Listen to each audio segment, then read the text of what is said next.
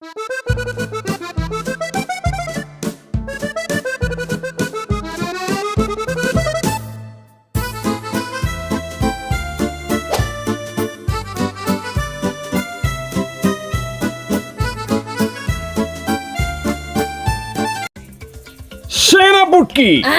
আজ্ঞা হুজুর, গোস্তামি মাফ করবেন, আদেশ করেন মহারাজ।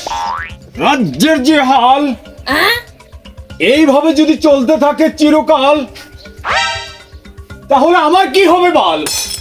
সেনাপতি, তুমি এখন চলে যাও আমার শ্বশুর বাড়িতে, যাই তোমার নানিমাকে আমার সালাম জানিয়ে তোমার নানিমাকে নিয়ে আসো। এত সুন্দর শীতকাল যাইতে আছে, এইভাবে আমি থাকবো? আজ্ঞা হুজুর, চলে যাও। আজ্ঞা হুজুর।